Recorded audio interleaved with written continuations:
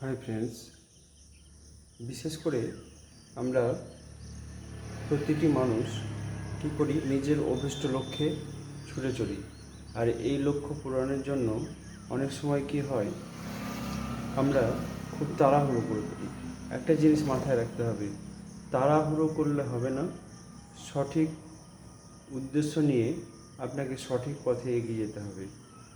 যদি আপনি ভাবেন যে আমি খুব তাড়াতাড়ি শর্টকাটে সাফল্য পেয়ে যাব, সেটা কিন্তু সম্ভব নয়। কারণ আপনাকে জানতে হবে। হ্যাঁ, আমি এসএসসি পরীক্ষার ব্যাপার নিয়েই বলছি।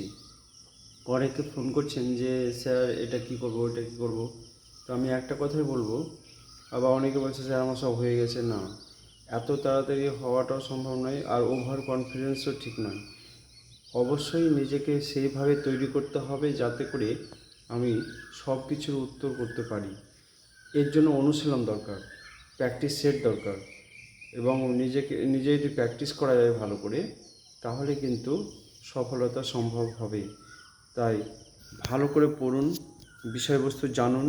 হ্যাঁ, জানার পরে আপনি নিজে প্রশ্ন সেট তৈরি করুন। আমি বারবার বলছি, সফল কিন্তু হতেই হবে। কারণ এতগুলো ভ্যাকেন্সি এর আগে কোনো বছর ছিল না।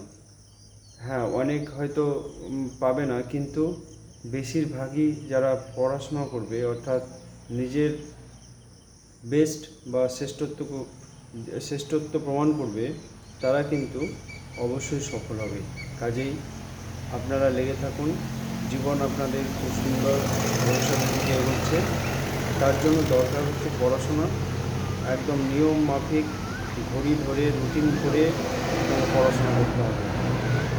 সকালবেলায় কোনটা পড়বো, দুপুরবেলা কোনটা পড়বো, বিকালবেলা কোনটা পড়বো, সন্ধ্যাবেলা কোনটা পড়বো, এইভাবে আপনাকে টাইম বন্টন করে নিতে হবে। আর সকালবেলায় টেক্সট পড়লেন, দুপুরবেলায় ব্যাকরণ পড়লেন, বিকালবেলায় সাহিত্যের উপভেদ পড়লেন, সন্ধ্যাবেলায় সাহিত্যের ইতিহাস পড়লেন। এইভাবে আপনাকে রুটিন করে নিতে হবে। এবং অবশ্যই আপনি প্রশ্নের সেট তৈরি করুন।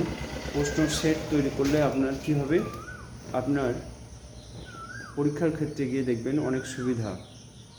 আর আগেও আমি বলেছি যে ওএমআর যেটা আমাদের, সেই ওএমআরটাকে কিন্তু যেটা প্রথমেই দেবে ফিল আপ করার জন্য, রোল নাম্বার, রেজিস্ট্রেশন নাম্বার, ওটাকে একদম নির্ভুলভাবে করতে হবে।